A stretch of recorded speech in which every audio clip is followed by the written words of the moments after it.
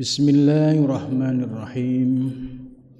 Alhamdulillahilladzi allamani bi ulumil ulama'il muwahhidin wal muhaqqiqin wa arsyadani ila thariqim mustaqim. Wassalatu wassalamu ala sayyidil wujud wal arwah nabiyyina Muhammadin sallallahu alaihi wasallam alladzi jaa'a bisyari'ah wat thariqah wal haqiqah wal ma'rifah wa ala alihi wa sahbihi ajmain, amma ba'du. Subhanaka la ilma lana illa ma 'allamtana innaka antal alimul hakim. La haula wa la quwwata illa billahil aliyyil azim. Malam ini kita melanjutkan pengajian kitab Tanbihul Mukhtarin karya Syekh Abdul Wahab Asy-Sya'rani.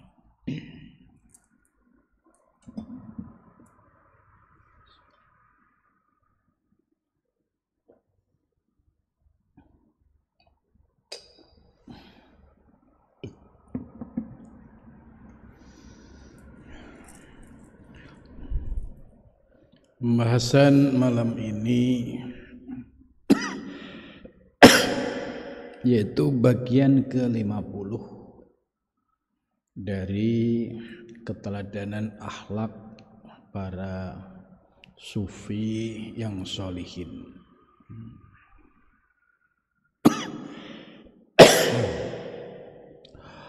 Wa min akhlaqihim radhiyallahu anhu, dan itu termasuk akhlaknya para sufi yang sholihin, adamu khaufihim, tidak adanya rasa takut mereka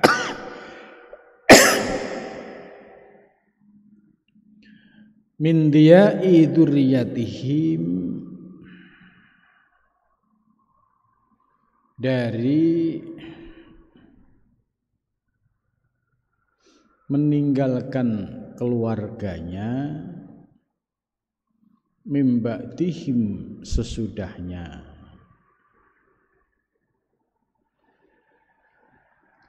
Walidzalik, dan karena itu kanu, mereka ada, yungfikuna, mereka menginfakkan, kullama dakhala, setiap rezeki yang masuk ya pada tangan mereka, aitiyahum minad dunya, dari dunia, wala yaddakhiruna, dan mereka tidak menyimpan syai'an, sedikit pun.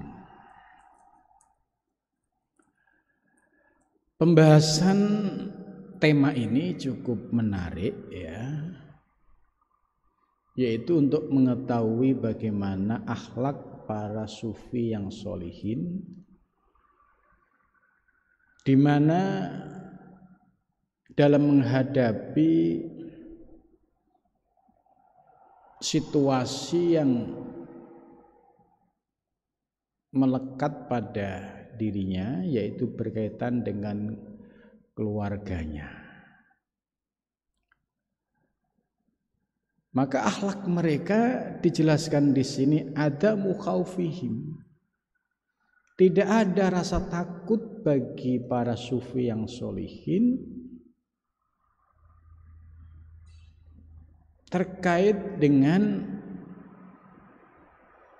kematiannya, ya, pasca kematiannya. Jadi maksudnya para ulama-ulama yang sholihin, yang memiliki ya ketakwaan kepada Allah, mereka tidak ada rasa takut jika sewaktu-waktu dipanggil oleh Allah terhadap anak istri yang ditinggalkannya.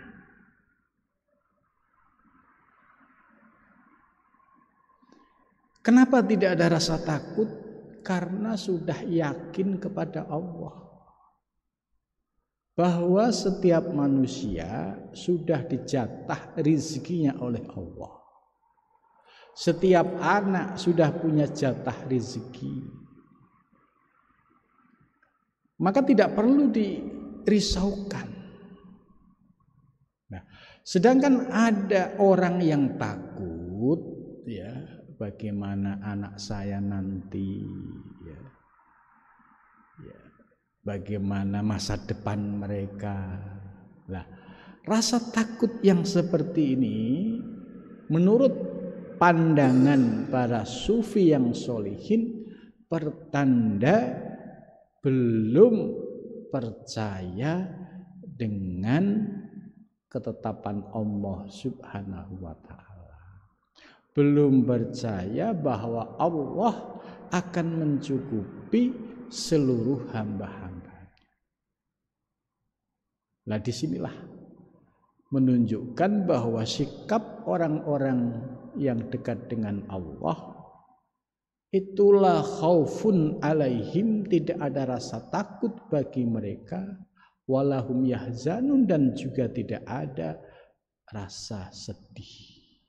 Itu. Jadi menghadapi kondisi kehidupan, ya sudah tidak ada rasa khauf. Menghadapi masa depan anak-anaknya juga tidak ada rasa takut, karena keyakinannya sudah pada tahap hakul yakin, meyakini bahwa Allah yang akan mencukupi, bahwa Allah yang mengatur kehidupannya. Jadi kalau Allah sudah mengatur dan mengatur seluruh kehidupan anak manusia, kenapa kita harus takut? Gitu. Nah, di sini ada perbedaan. Kalau orang yang memiliki ketakwaan kepada Allah, ya, tidak ada rasa takut dalam menghadapi kehidupan, sementara orang yang jauh dari Allah masih menggunakan akalnya, masih menggunakan khayalannya, ya, mereka akan terpedaya ketika menghadapi satu kondisi, terlebih bagaimana masa depan anak saya nanti, gitu. Nah, disinilah kita membahas tema ini, ya, memiliki relevansi, ya, dengan kehidupan di zaman sekarang. Tidak sedikit, ya, orang yang berlebih-lebihan dalam mencintai anak, tidak sedikit orang yang melakukan segala upaya demi masa depan anak, padahal hakikatnya masa depan anak sudah ditetapkan oleh Allah Subhanahu wa ta'ala. Walidzalik, karena itu, kanu yunfikuna kullama dzakhala aidihim. Karena itu para sufi yang solihin, ya, hatinya bersih, clear, tidak ada kecintaan selain Allah, maka sikap mereka pada saat menerima dunia, ya, dunia dalam hal ini, ya, maksudnya duit, itu, ya. Kanu yunfikun, mereka senantiasa membelanjakan. Untuk apa? Ya, untuk kepentingan akhirat. Itu. Jadi gak ada rasa takut lagi. Wala yadakhiruna syai'an, bahkan mereka ini tidak menyimpan sedikit pun. Ya, kalau zaman sekarang, ya, untuk nabung, ya, untuk asuransi misalnya, untuk investasi, gitu. Jadi nggak ada ulama-ulama kiai yang dekat dengan Allah itu tidak ada yang sampai berpikir, ya, menyimpan harta, ya, berinvestasi, ya, untuk apa? Untuk masa depannya, untuk masa depan anak-anaknya. Nah, ini ciri-ciri bahwa orang yang dekat dengan Allah, orientasi pada saat memegang rezeki itu sangat berbeda antara orang yang bertakwa dengan orang yang hubud dunia. Berbeda dengan orang yang hubud dunia. Ya. Mulai dari proses mencari rezeki, ya, sudah menghalalkan segala cara. Kemudian setelah itu, ya, berusaha untuk menyimpan sebanyak-banyaknya. Padahal ketika mati, ya, tidak dibawa, malah justru menjadi sumber konflik di antara ahli warisnya itu. Nah,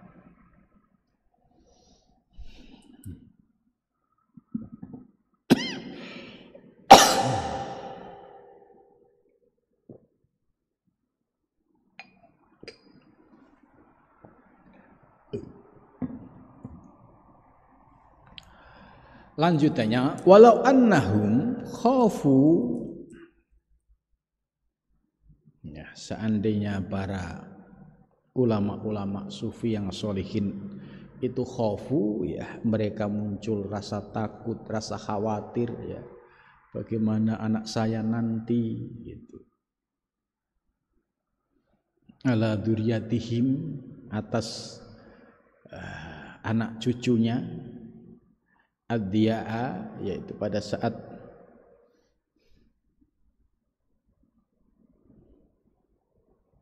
menghadapi pasca kematian dirinya, ya, lihukmi alaihim al-khirs wal buhlah wal buhlu was-suhu, ya, wa kharaju min sifatil qaum. Gitu. Maksudnya kalau ada ulama, ya, terutama ulama akhirat, ya, kok sampai ada lintasan rasa takut soal anak cucunya nanti, gitu. Nah, rasa takut yang berlebihan ini memiliki konsekuensi. Konsekuensinya apa? Akhirnya muncul al-khirsu, yaitu ambisi. Gitu.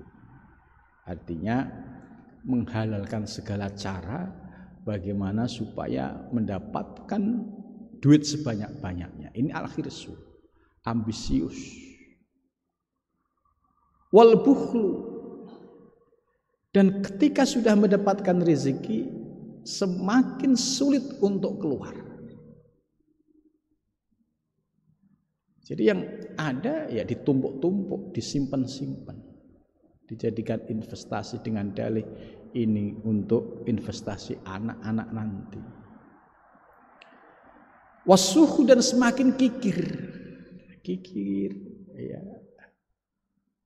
Padahal rezekinya melimpah, tapi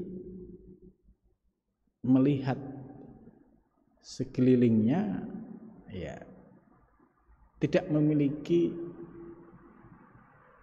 kelembutan hati, ya, artinya tega, ya, tidak bisa membantu orang di sekelilingnya. Maka kalau ada ulama akhirat, ya, kalau ada ulama sufi, ya, atau ada ulama tarekat, kok sampai sebegitunya, ya, sikapnya dalam urusan memikirkan anak cucunya, ya, karena ada rasa takut bagaimana anak cucu nanti setelah ditinggal mati, gitu. Sehingga akhirnya muncul al-khirsu, ambisi, muncul al-bukhlu, bakhil, muncul as-suhu, semakin gigih. Lah, kalau ada ulama, ya apalagi sufi ya, memiliki sikap seperti itu, wa kharaju an sifatil qaum, maka sesungguhnya mereka ini sudah keluar dari sifatnya ya para sufi yang muqarrabin, para sufi yang memiliki kedekatan dengan Allah, yang memiliki tawakal kepada Allah, yang memiliki keyakinan kepada Allah Subhanahu wa ta'ala. Jadi ini ujian berat ya bagi orang yang sudah belajar tasawuf, belajar tarekat ya, kemudian diuji dengan materi, tapi pikirannya, hatinya masih digendoli oleh rasa takut. Oleh rasa takut. Sehingga akhirnya apa? Nampak pelitnya. Ya, nampak bakhilnya. Lah, sikap seperti itu oleh mu'alif wa kharaju an sifatil qaum, itu sudah bukan mengikuti keteladanan para sufi yang sholihin. Nah, inilah ya pentingnya ya kita ngaji kitab Tanbihul Muhtarin ini bisa mendapatkan pencerahan. Oh iya, ternyata dengan kondisi seperti ini ya Allah memberikan ketetapan iman, ketetapan keyakinan, dan tidak ada ragu sedikit pun terhadap bagaimana nasib anak cucu setelah ditinggalkan nanti. Kenapa? Karena memiliki keyakinan dan kepasrahan kepada Allah Subhanahu wa ta'ala.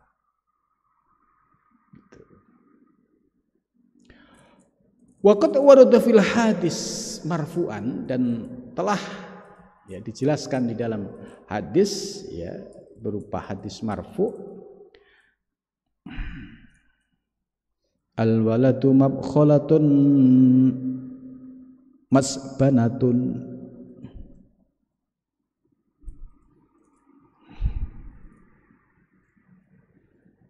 al waladu bermula anak itu mabkhalatun, membuat orang menjadi pelit. Itu. Yang kedua masbanatun, membuat orang menjadi pengecut. Itu. Ini hadis Nabi ya, cuma hadisnya marfu ya.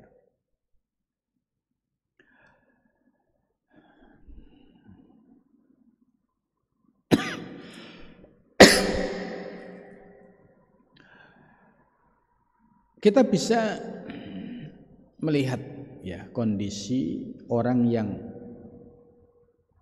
berlebihan dalam mencintai anak ya. Kemudian sampai berpikir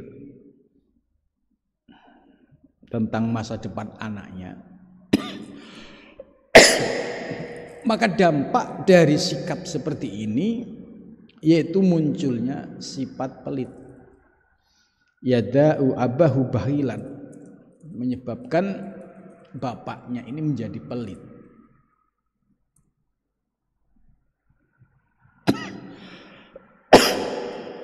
Terus jabanan anil jihad wa ghairihi. Ya. Dampak berikutnya adalah ogah-ogahan untuk jihad di jalan Allah. Ya, untuk berjuang di jalan Allah dengan harta semakin berat, apalagi jihad secara fisik ya, dengan perang ya pasti akan menjadi orang yang jabanan, yaitu pengecut ya, karena hatinya dipenuhi dengan rasa takut, ya, takut mati, takut tidak makan, ya, takut berjuang di jalan Allah Subhanahu wa ta'ala. Itu.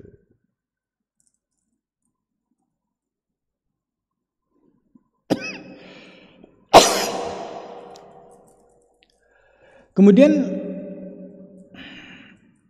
mu'alif menjelaskan lagi, mengutip kalimat Abu Hazim. Wa kan Abu Hazim rahimahu ta'ala yaqulu anfiqu wa la tahsaw ad-di'ah ala aulatikum wa innahum in kanu mu'minina fa innahu ta'ala yarzuquhum bi ghairi hisab wa in kanu fasikin fala tusaiduhum alal fiski bimalikum. Gitu.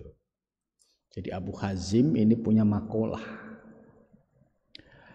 Ya, kalau punya rezeki infakkan di jalan Allah. Jangan pernah ada rasa takut. Wala tahsaw, dan jangan muncul rasa takut, ya, yaitu nasib atau masa depan dari anak-anaknya.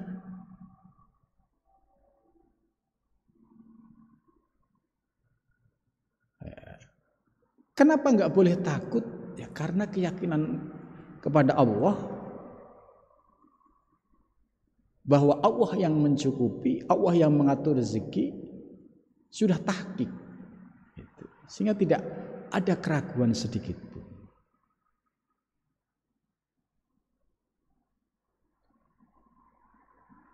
Wa innahum in kanu mu'minin, dan sesungguhnya mereka, apabila mereka itu orang mukmin, ya, kalau orang mukmin, orang yang yakin dan percaya kepada Allah, fa innallaha ta'ala, maka sesungguhnya Allah Ta'ala yarzuquhum, pasti memberikan rezeki kepada mereka bi ghairi hisabin, tanpa hisab. Jadi sumber rezeki itu dari mana saja. Nah, ini sikap orang-orang yang memiliki keyakinan kepada Allah Subhanahu wa ta'ala. Maka yang paling baik, ya, bagi seorang orang tua, ya, salah satu yang terbaik membekali anak itu bukan harta, tapi ilmu. Kalau harta sebanyak apapun, ya, pasti akan habis. Bahkan kalau tidak disertai dengan ilmu, iman, akhlak, justru harta bisa menjerumuskan seseorang pada api neraka. Karena apa? Enggak ngerti ilmunya. Ya, dikasih bapaknya harta yang melimpah, anak tidak dibekali ilmu, tidak dibekali keimanan, akhirnya hartanya dijadikan sebagai sarana untuk menuju api neraka. Ini bahayanya kalau orang tua yang orientasinya duniawi, tidak berpikir memberi bekal yang terbaik buat anak, tidak ada lain adalah keimanan dan ilmu, ya. Ilmu, keimanan dan ketakwaan. Kalau anak dibekali ilmu, ya, pasti Allah akan membukakan pintu-pintu rezeki yang tidak diduga. Karena orang yang berjuang di jalan Allah dengan ilmu itu pasti dicukupi oleh Allah Subhanahu wa ta'ala. Ya. Kemudian memiliki keimanan, dia tidak akan ragu lagi bahwa berjuang di jalan Allah, ya pasti Allah akan mencukupi. Bekerja dengan makhluk saja dicukupi oleh tuannya, apalagi ini berkhidmah mengabdi kepada Allah, ya Tuhan Rabbul Izzati, Tuhan semesta alam, harus yakin pasti dicukupi oleh Allah Subhanahu wa taala. Itu. Nah, menumbuhkan keyakinan yang seperti ini perlu perjuangan. Itu. Dan yang ketiga, anak diberikan bekal ketakwaan, ya. Dididik yang benar supaya taat terhadap segala perintah Allah dan menjauhi segala larangannya, sehingga menjadi pribadi yang berilmu, berakhlak, ya, dan bertakwa. Maka bagi orang tua yang memberikan bekal anaknya yang demikian, tidak ada rasa takut lagi, karena sudah pasti Allah yang mencukupi. Nah, di sini pentingnya, ya, orang tua memiliki orientasi bahwa sebaik-baik bekal untuk anak itu, ya, ilmu, ya, iman dan ketakwaan. Tapi kalau hanya dibekali dengan harta benda, sekolah setinggi-tingginya misalnya, tidak dibekali dengan ilmu agama, tidak dibekali dengan ketakwaan, justru harta tersebut menyebabkan anak, ya, menjadi orang yang jauh dari Allah Subhanahu wa taala. Maka apa yang disampaikan oleh Abu Hazim, in kanu mu'minin fa innallaha ta'ala yarzuqhum bighairi hisab. Itu. Wa in kanu fasikin, jika mereka itu orang yang fasik itu yang keimanannya naik turun, ya, yang ragu gitu. Bagaimana anak saya nanti, bagaimana masa depan mereka gitu. Fala tusaiduhum al-fiski bimalikum, maka jangan kamu tolong anakmu dengan hartamu itu malah semakin menjadi fasik gitu. Akhirnya anaknya didoktrin, ya, kalau nggak punya simpenan investasi, nggak punya tabungan, seolah-olah tidak punya masa depan, seolah-olah tidak akan hidup. Nah, ini namanya orang tua sudah meracuni kefasikan pada anaknya. Kalau dibahas lebih jauh, ya, misalnya orang memberikan asuransi, ya, kepada anak. Ini kalau dijadikan sebagai pegangan, ya, seolah-olah dengan asuransi ini anaknya dijamin, ya, sejahtera, maka ini sudah muncul kefasikan. Sebab hakikatnya yang mencukupi Allah. Belum tentu orang yang memiliki asuransi, memiliki investasi, dijamin bahagia, itu belum tentu. Bagi Allah bisa membolak-balikkan. Punya asuransi, ternyata asuransinya bangkrut. Nah, apa yang terjadi? Mimpinya, ya, kosong. Investasi, ternyata terjadi musibah, hilang seketika. Nah, inilah makalah beliau ini sangat penting sekali. Jangan memupuk kefasikan kepada anak, ya, dengan memberikan doktrin kepada anak bahwa seolah-olah harta itu yang akan mencukupi, ya, tanpa dibarengi dengan ilmu agama, tanpa dibarengi dengan keimanan, tanpa dibarengi dengan ketakwaan. Akhirnya anak menjadi semakin fasik, semakin jauh dari agama. Itu. Kemudian selanjutnya, Wa kana Muhammad bin Yusuf radhiyallahu anhu yaqulu berkata, anfik ala ahika as-solih, gitu. Ya, infakkan hartamu kepada saudaramu yang soleh. Soleh itu ya artinya ahli ibadah, ya, berkhidmah, mengajar santri, kemudian berjuang di jalan Allah. Jadi hidupnya digunakan untuk kepentingan agama. Fa innahu khairun laka, itu lebih baik bagimu. Jadi kalau ada orang kaya,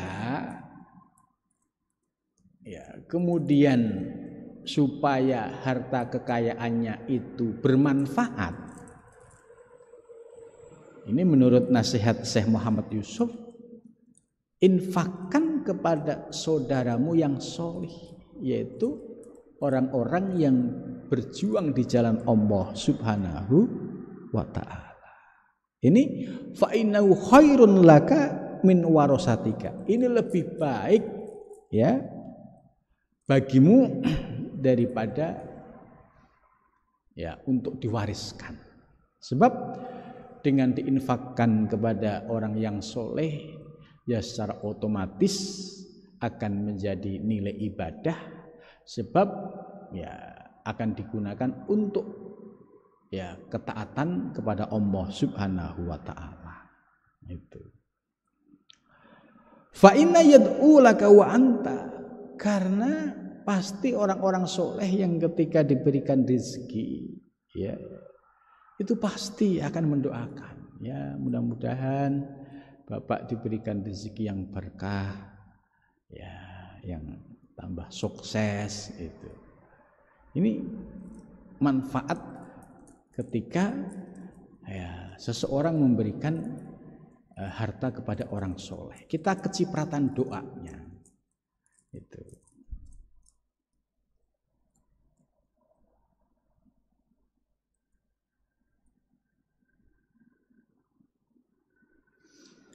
Hatta rubbama tahruju min qabrika wa laysa 'alaika dzanbun bidu'aihi, dan ketika suatu saat nanti kamu keluar dari kuburmu, ya, maka tidak ada lain dosa, ya, sebab doa orang-orang soleh tadi. Sedangkan ahli warismu ketika kamu tinggalkan seluruh hartamu, fa yaqsimuna malaka, mereka akan membagi hartamu, wayan saunaka, ya, mereka berebut, ya. Yang paling parah adalah wayan saunaka, mereka melupakanmu, ya. Tidak ada yang berpikir untuk mendoakan, tidak ada yang berpikir untuk tahlilan, ya, tahlilan itu mendoakan, gitu. Ya, semua sibuk setelah mendapatkan harta warisan. Ya tadi, kalau tidak ada ilmu, ya pasti menjadi pintu kesesatan. Wala yarawna laka fadlan alaihi, dan kamu akan menyaksikan bahwa tidak ada keutamaan sedikit pun. Karena apa?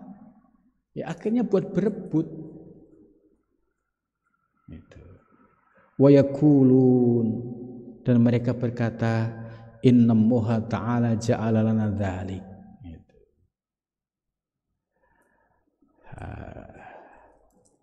Kemudian selanjutnya mu'alif, ya, menjelaskan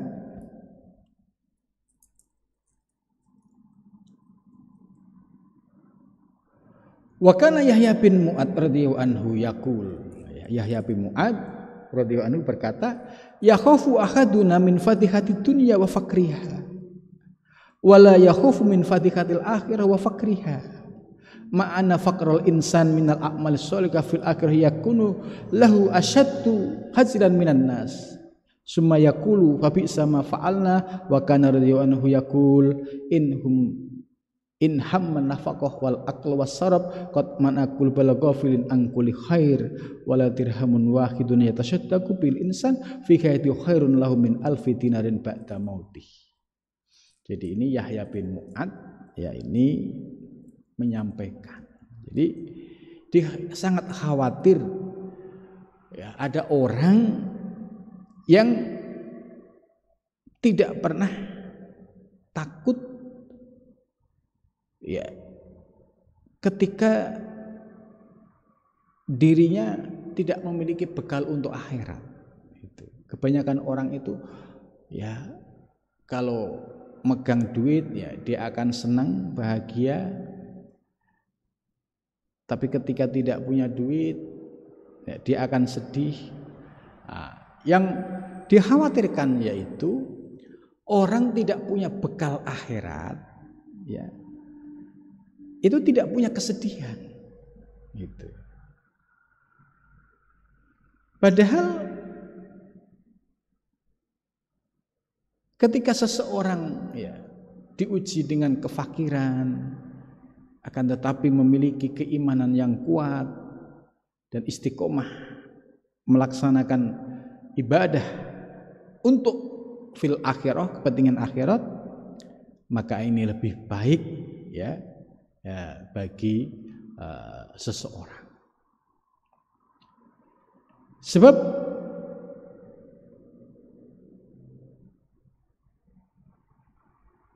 nafkah atau memberikan sesuatu